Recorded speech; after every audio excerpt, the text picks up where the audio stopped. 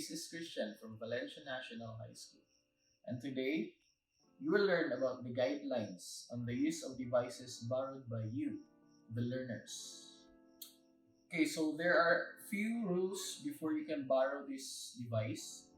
First is your parents or guardian need to sign an inventory custodian slip, which will be signed by me, the ICT coordinator, and property custodian.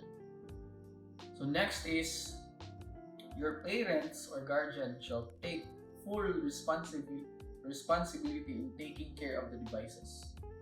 So in the event na mawala ang device, which is kung kawaton sa inyong balay, then you need to pay around 13,842 pesos and 62 cents in full. So, in case your parent or guardian does not agree to the conditions, right, you will not receive this device, or the school will choose another recipient. Okay, next, we will be putting tags on the device, and if you will tamper these tags, then the device is subjected to retrieval. So we will put tags here, or if you will remove the stickers, then we have the reason to retrieve the device from you. So kung unsay nabutang diri, as is na siya, ayun ang yung hilabti. You should not write your name here like kang Christian ni ana. No. Kung unsa ang paghatag sa inyo sa device, then maorgid na siya. Ayaw mo usba. So next is, the last is that this video is mandatory to the students or the parents who will borrow the device, who will borrow this Coby 2-in-1 tablet PC. So if you cannot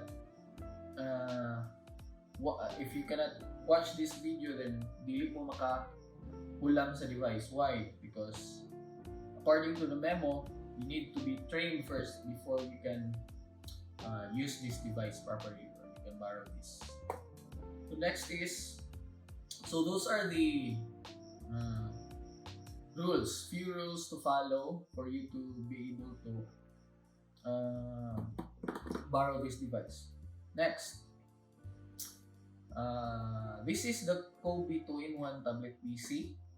So we will be talking about the proper way to use the device, how to take care of it, how to clean it, or store it in a place na dili makawat or dili maulanan. So, why is it called a 2-in-1 tablet, 2-in-1 PC? So, because you can use it as a laptop, pwede mo siya inanion. You can open it here, then you put it, yung inanion siya. So, mura na siya, laptop. It has a trackpad, then napon siya keyboard. So, mura siya laptop, at the same time, pwede mo siya pwede mo siya tablet because this is a touchscreen. So, it has an Intel Atom processor, 4 cores, or it's a quad core, 144 GHz ang iyahang base speed, and a turbo speed of 1.90 GHz. So it has 4 GB of RAM. So 4 GB yung RAM, hindi siguro makadula ni, but no, you should not install anything here unless it is instructed to you by your teacher under you nga nagpahula ani.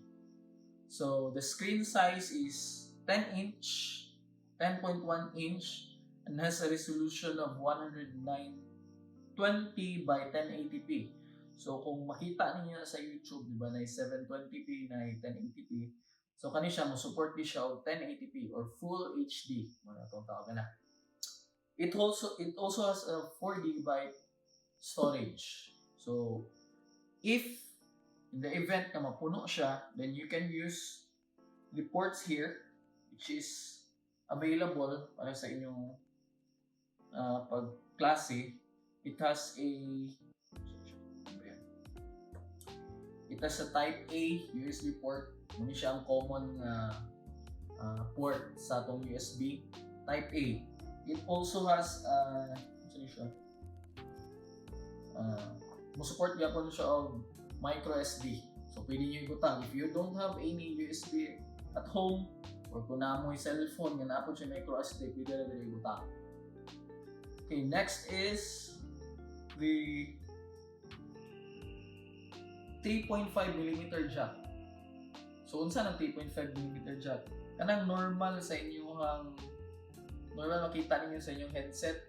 This is a 3.5mm jack. Pwede rin niyo siya saksak na dito. So pwede na niyo na headset diya. Maminaw mo sa mga videos online. So, next is a mini HDMI. So if you have a projector at home, pwede niyo i-connect through mini HDMI or TV baka para mas dako yung screen.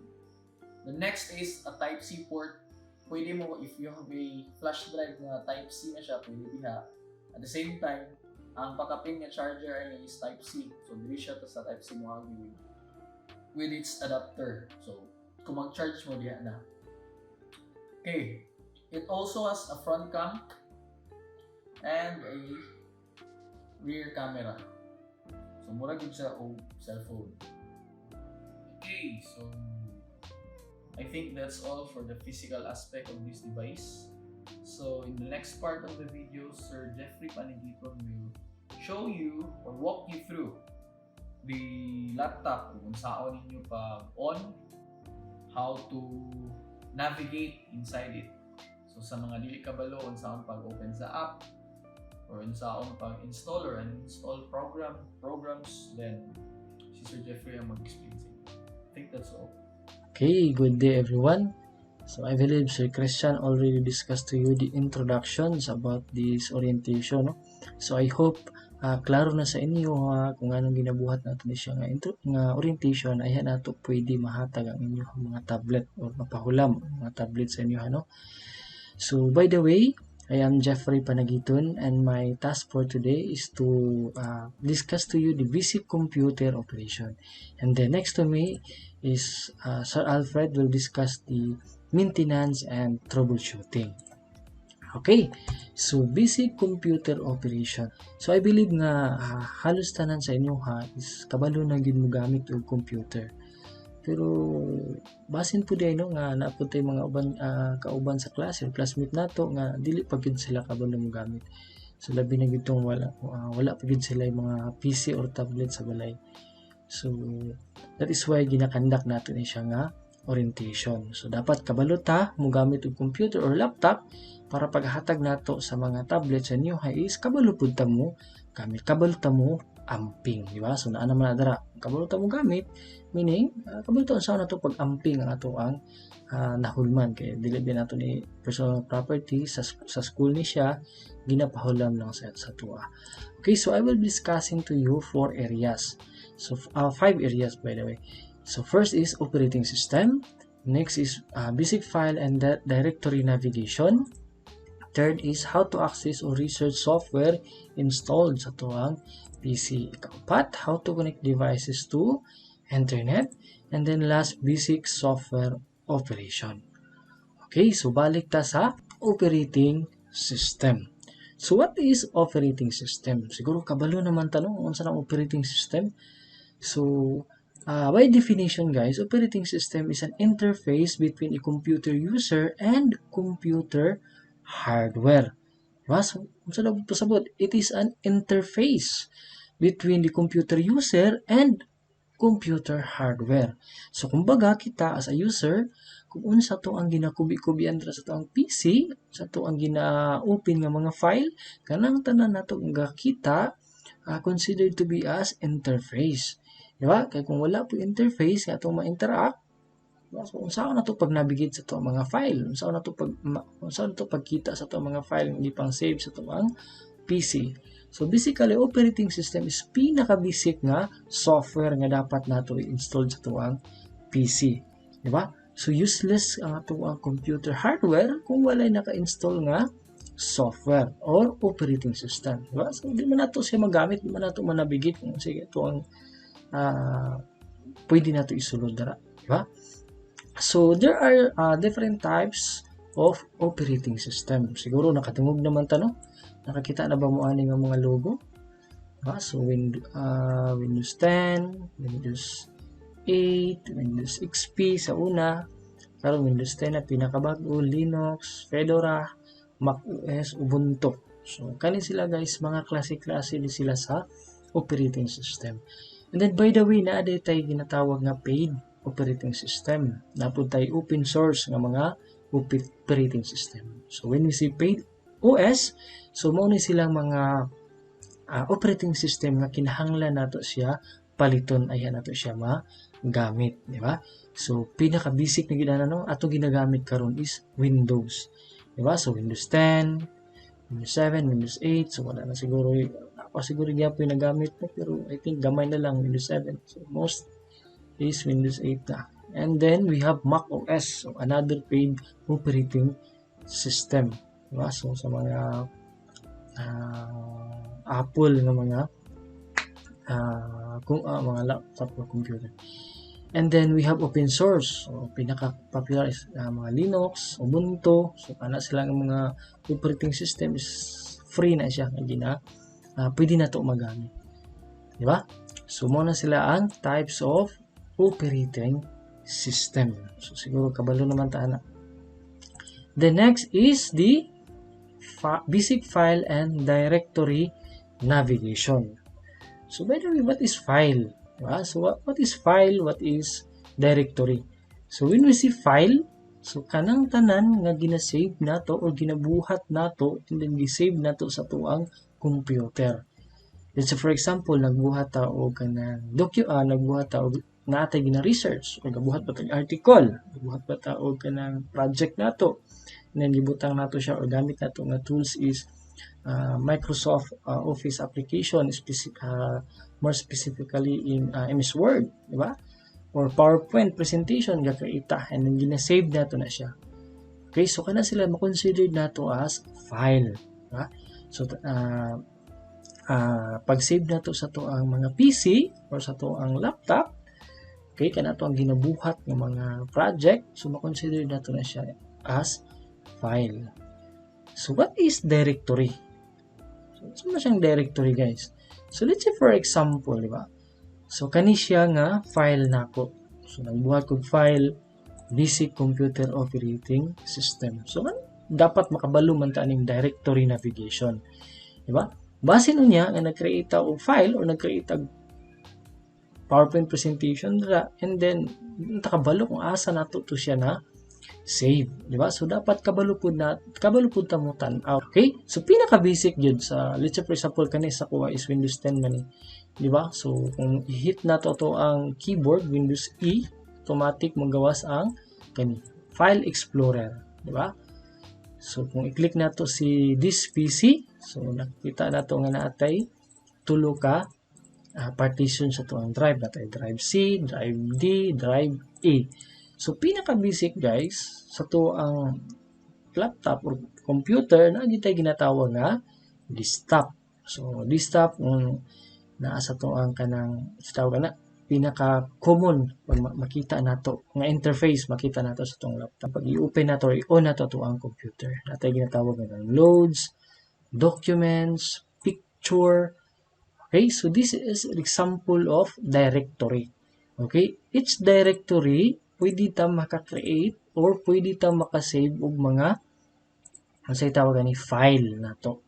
Okay, so pinaka-common nga makita nato kung ato siyang i-open ato ang Windows Explorer.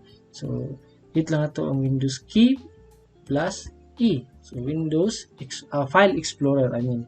Diba? So pinaka-common mo na siya to makita. Diba? Desktop, downloads, documents, okay? So kani sila tanan naka-save ni siya sa C. So kung moadto ta diri sa ato ang this PC, makikita tag tulo ka partition. Kung wala na to gina-configure nga ginalahi na to og save or labay ato mga file, naagi na siya diri naka-save sa C. Kani siya nga mga file dara. Okay? So pwede ta maka-save. For example, mag-create og file nato So pwede ta maka-create, right click lang ta diri, new and then folder. Okay, so I will name this folder as test, and then open ako to siya nga folder. So inside this folder pwede po ta maka-create og mga maka-add og mga file or save na to ang mga file dara.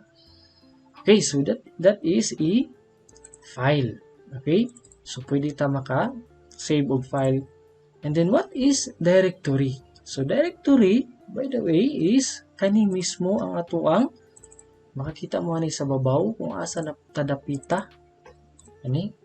So for example, I will open this one, teaching file, and then 2021. So kani mismo na address sa babaw, mao ni siya tuang ginatawag nga directory na to. So meaning ni adto ko sa D, na ako sa folder nga BNHS, and then naapo ko sa another folder nga ang pangalan sa folder is Y2020-2021. So basically guys, directory is just another name of a folder, di ba? Or i-drive backup. So pangalan lang na siya sa usapod ka folder. Kaya basically the operating system na to, we can create a folder within another folder. So sa siya, tree ba? Sa usa ka folder, natay usa ka folder pod, and then ato nga folder pwede po ta mag-add og another folder. So basically the directory is just another name of a folder. Di ba? Kung ato ning subayon, BNHS teaching file is Y2021 o 2020-2021 nga folder, then kung mag-open na po kung another na po nga folder, mag-add lang na dito sa kuang directory sa babaw or address na ko. Diba? Kung asa dapit na ko nag-open. Okay? So basically again, basic raman kayo, no? Dapat kabalo lang ta. Pinaka-common yun, mag-save tag file, siguro documents, mag-create tag atong pangalan diri. And then, kasi, let's say for example, kung atong mag-create mo inyong folder diri, mag-create na po mo another folder. So let's say for example, category ninyo na by subject. Let's say for example, this one is computer programming, or tana to CP for computer programming. And then another na po diri. So for example, butang na to MIL. Nana. So tanan file nga naa sa C mo na sa inyong computer programming, tanan file nga naa sa MIL mo na para sa inyong MIL. So I think basic man kay na siya, no? I think dili na kay na ko na siya elaborate kay burag kabalo naman pud tatanan. Okay. So that is basic file and directory navigation. So pinaka lang gyud dapat kabalo ta kung saan nato pag tanaw kung asa dapit na kasi ito mga file para dili ta mawala. Okay? Pinaka delikado lang gyud diri nga part sa to ang drive is kanira mang C na to. Ano naman, tanan most file diri is morning file na to sa to ang operating system. So kita lang iwasan mo na to nga dili kay taga navigate aning C. So dili lang nato pang diliton ang mga file dara kay kung pataka tag delete dira pwede madaot ang ato ang operating system. So iwasan lang nato nga mosulod or magkubi-kubi diri sa C. So diri lang ta sa ato ang D or desktop, documents, downloads, baka picture nga unsay tawag na nga mga folder nato. Okay, so that is basic file and directory navigation. Next, we have how to access or search software installed. Ba? So, naatay gina-install na application sa to ang PC, pero saan man nato to sila pag-access. Ba? So, dita kabalo, ahan to siya pangitaon. Okay? So, basically, kung mangita ta sa to ang mga naka-install nga folder, ato na siyang i-click ang ato ang Windows button kani makita ninyo kaning icon. So kaning diri sa to ang navigation na to sa to ang menu mo ni tanan ang naka-install sa to ang PC or sa to ang laptop. So tanan na to ang gina-install pag mabuhatan siya og shortcut icon mabutang na siya diri. So sa Windows 10 pinaka-common na itong ginagamit, dali na ito sila makita tanan. Pwede po ta mo adto, let's say for example, kay natay gusto nga ang sa tawag na install back sa to ang operating system, pwede ta kadto sa to ang control panel. So asa man nato siya pangitaon? Si control panel. Pwede ta ka search, natay search. Okay, so pwede ta ka Windows S for shortcut for search nato, and then type nato control. Medyo na problema ko ang operating system ako ang control panel. Okay, so control panel, click lang nato ni siya, search nato control panel, and then ma-open nato ni siya nga window. Okay, so adto lang ta, navigate lang ta dito sa tuang programs and features. Okay, so program and features, mauni tanan naka-install, kani tanan ato makita diri, mauni tanan ang naka-install sa tuang PC. Okay, so kung di ninyo makita diri sa kaninga menu, gadwa-duha mo na install ba to siya, wala pwede na to makita diri sa tuang control panel. Pero basically guys, kung mag-install kita, no, mo-add gina siya diri, mag-add na siya og folder. Let's say for example, sa pangalan sa inyong install nga application. Let's say for example, kining ko Adobe Master Collection. So nag-add siya og Adobe Master Collection, and then unsa din to nga mga application inside ano. Let's say for example, nag-install mo Adobe Acrobat Reader. Diba? So makita nato na siya dira. Okay? So kato ra man, dali ra kayo pag mangita ta og naka-install sa tuang laptop or PC. Okay, this is a shortcut. So kung gusto pud nato tan-awon kung asa na siya nga directory nakabutang, pwede ta ka right click sa atong kuan, and then more lahi lang right click, more, and then open file location. Okay, so open file location para makita nato kung asa dapit nga nakabutang na siya.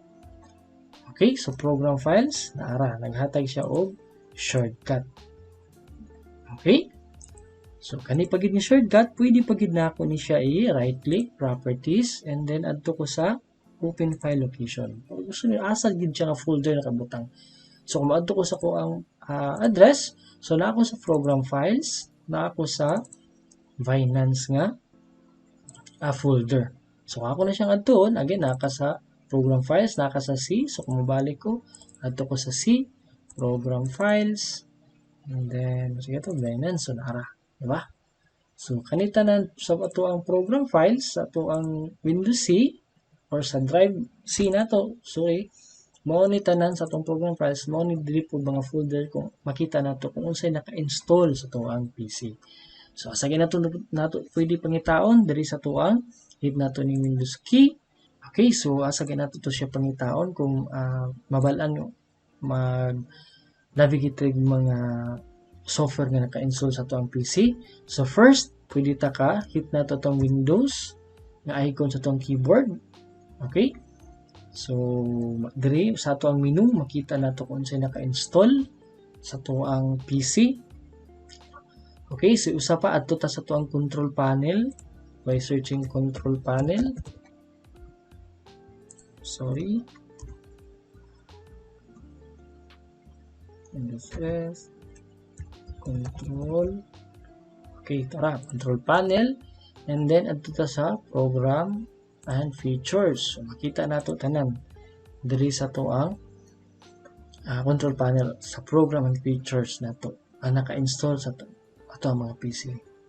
Next pod, para makita nato sa isa pod ka pamaagi, mabalaan nato asa napit naka-install ato ang application is to go to drive C, and then locate program files. So kani siya diri, kanita ng mga folder, mao ni siya nga mga application ang naka-install sa tuang PC. Okay, so what's the difference between the program files and then program files times 86? So ako ang gigamit na operating system is 64-bit operating system. So kani siya is 32-bit. So naa mo gyud mga application nga compatible ang compatibility is naa pa siya sa 32-bit. Okay? So katong mga 32-bit nga mga application, pwede to siya mabutang diri sa time86.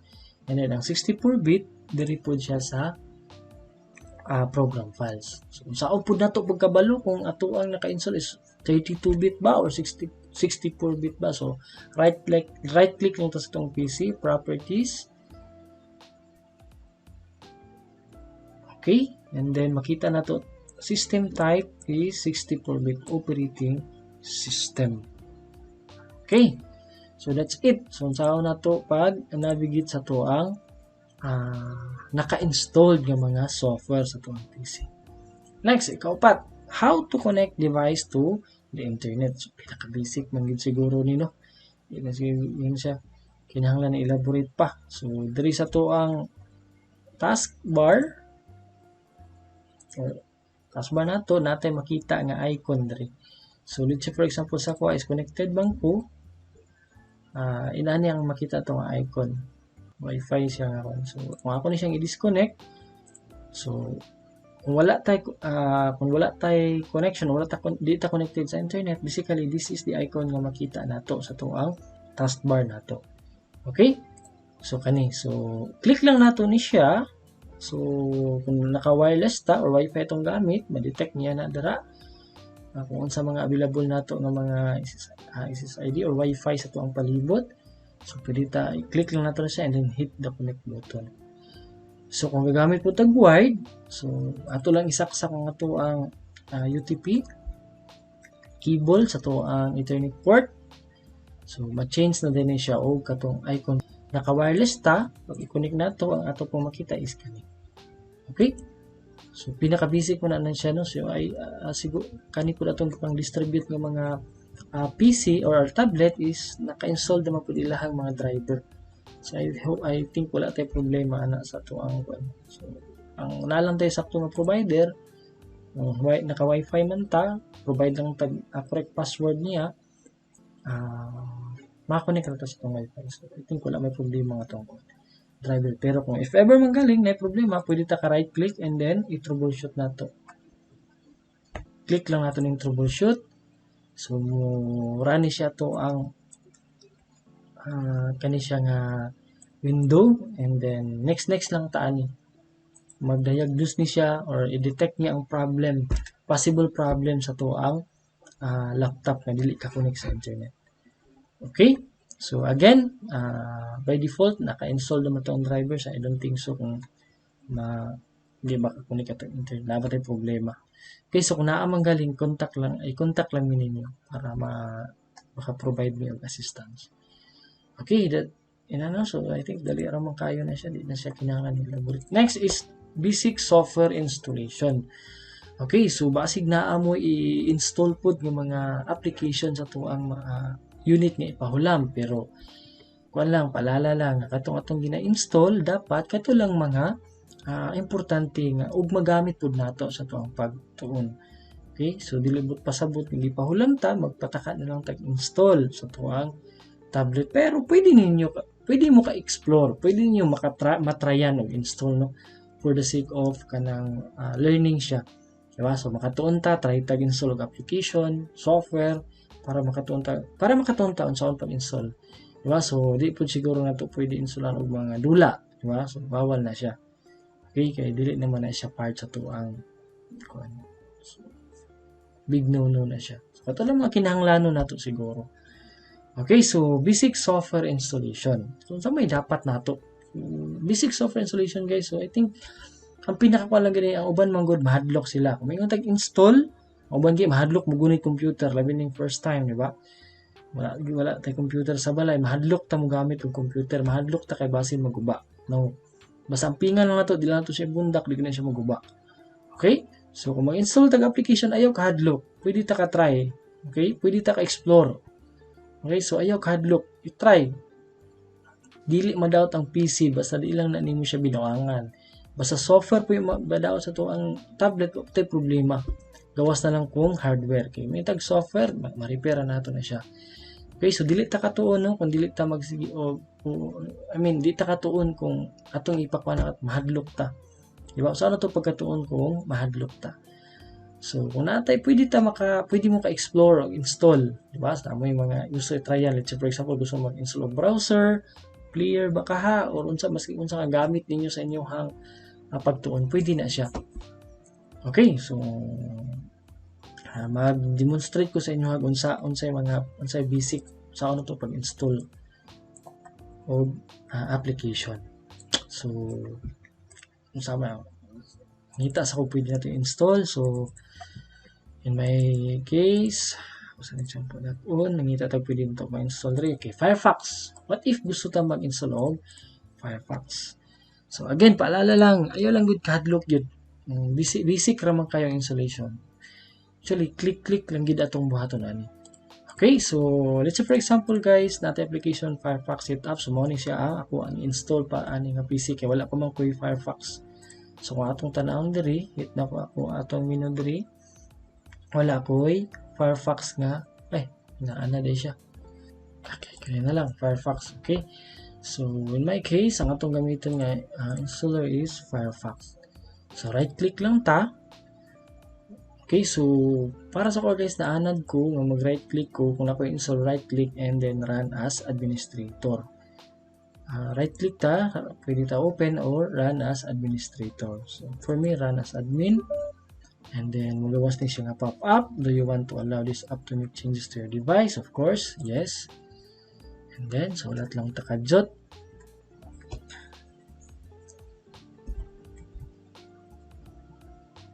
Okay, so pop-up na siya. So again, basically next, accept lang gid ta diri. Next, and then standard lang, basic default nato nga kuan. And then upgrade. So yes, upgrade na may naka-install gud sa ko ang system mo tong upgrade na lang. Okay? So ulat lang ta, galuding siya gamay. So that's it, mana. Okay? So, nakakontrol launch Firefox now. So, click finish. And then, gamay. Okay, this is the Firefox nga application. Nag-install na to sa tuwang PC. So, kung tanaw na to, diri sa kuang menu, makita na ko si Firefox na adri. So, pwede po na ako na siya subayon dito sa kuang programs. Shortcut na ko. Pwede po right click. Tanaw na ko sa kuang program files. So, under siya sa Firefox nga folder. Program files, Firefox, and then nara iyang icon, iyang exe file. Okay, so inana dali ra kayo kung mag-install tag application. Basically, atong buhaton na is next. Click lang natong I agree, na I agree nga kuan sa ilang terms and condition. Next lang yun na siya.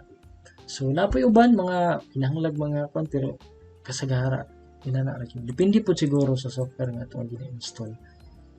Okay. So I think mao man to kung kuan. So, I think that's it. So, dali ra kayo. So, I hope nga napod mo yung nakuha with regards sa tuwan discuss. So, Sir Alfred will discuss to you the basic maintenance and troubleshooting. Okay, so thank you for your time. God bless. Hello, my name is Alfredo Tiliasos Jr., one of the teachers of Valencia National High School, teaching Computer System Servicing NC2. Today, we're going to discuss the common PC issues and problems with solutions. In this video, we will talk about common PC issues and problems and how to resolve them. Of course, there are multiple ways to resolve any computer issues, and the ones presented here provide an example of that. If you know of better solutions, please let me know. I would love to learn about other possible solutions for any of these issues. Let's begin. Number 1. Laptop running slowly. This happens quite often and could be related to hard drive space, malware, or the first signs of equipment failure. There are ways to speed up your computer. Number 1. Reduce items that run on startup. To do this, click on the Windows button, click Run, and then type msconfig into the box. Click on the Startup tab. Something you want to leave alone, for example, your antivirus, others such as Adobe Acrobat or Google Toolbar Notifier, you don't need to start up with your computer. Number 2. Clean your drive. Press Windows R button on your keyboard and type clean mgr.exe and press enter. This cleanup drive selection will pop up. Select drive that you want to be cleaned up and press enter. Choose which files will be deleted, example temporary internet files, and click OK. Number 3. Scan and remove malware. Anything that starts with mal must be stopped. You should regularly scan your system to get rid of any malware that may be slowing your computer down. Number 4. Scan and remove viruses and spyware. Access your antivirus and manually perform a scan. You can schedule this weekly. Just make sure you do so when you won't be using the computer. Also, having more than one antivirus on your computer will slow it down. It's better to run only one. Number 5. Make adjustment for better performance. If you want better performance and don't mind using visual effects such as mouse shadows, click on Computer and then System Properties and then Advanced System Settings. You will find a Performance Settings button that allows you to select Adjust for best performance. Number 2. Computer freezes or is behaving strangely. Try restarting your computer. Many basic problems can be resolved easily and quickly this way. Or you can press the Ctrl-Alt-Delete keys on your keyboard together at the same time. This should bring up a menu that will allow you to run the Task Manager. In the Task Manager, switch to the Application tab, highlight any programs with the status not responding, and choose End Task. You may be asked to confirm if you want to end the responsive program, so you choose Yes. Do this for all programs that are not responding. If all else fails and you cannot shut down, restart your computer, then hold down the power button on the machine until it forcibly turns off. Wait a few seconds and then turn it back on again. Number 3. Very slow internet. Cause so many downloads at the same time, so many computer sharing internet connection, bad Wi-Fi signal, or virus malware infection. Solutions: limit downloads. If so many people are sharing internet, you can set the internet speed in your router for even distribution of bandwidth. Check Wi-Fi signal, distance, and adjust in your router. Check PC for virus malware. Number 4. No internet. Laptops are notoriously for losing connection to the internet, which can be a major hassle. Before assuming some sort of equipment failure, try some basic steps. On most laptops, there is an actual wireless button or switch to activate the connection. Find it and make sure it's in the on position. Then reboot your router. If you're still having trouble, troubleshoot your network connections in your control panel. Finally, rebuild your network from the beginning to make sure all your connections are set up properly. Number 5. BSOD or blue screen of death, typically caused by driver hardware conflict. Okay, for the solution, take a look at the dump file to figure out exactly what the cause of the error is. Alternatively, updated hardware drivers or consider the situation in which BSOD happened. For example, you've installed a new hardware software, or you can run the hardware diagnostic. To launch the tool, press Windows plus R on your keyboard to open the run window. Then type msscan.exe and hit enter. Windows will prompt you to start your computer. The test will take a few minutes to complete.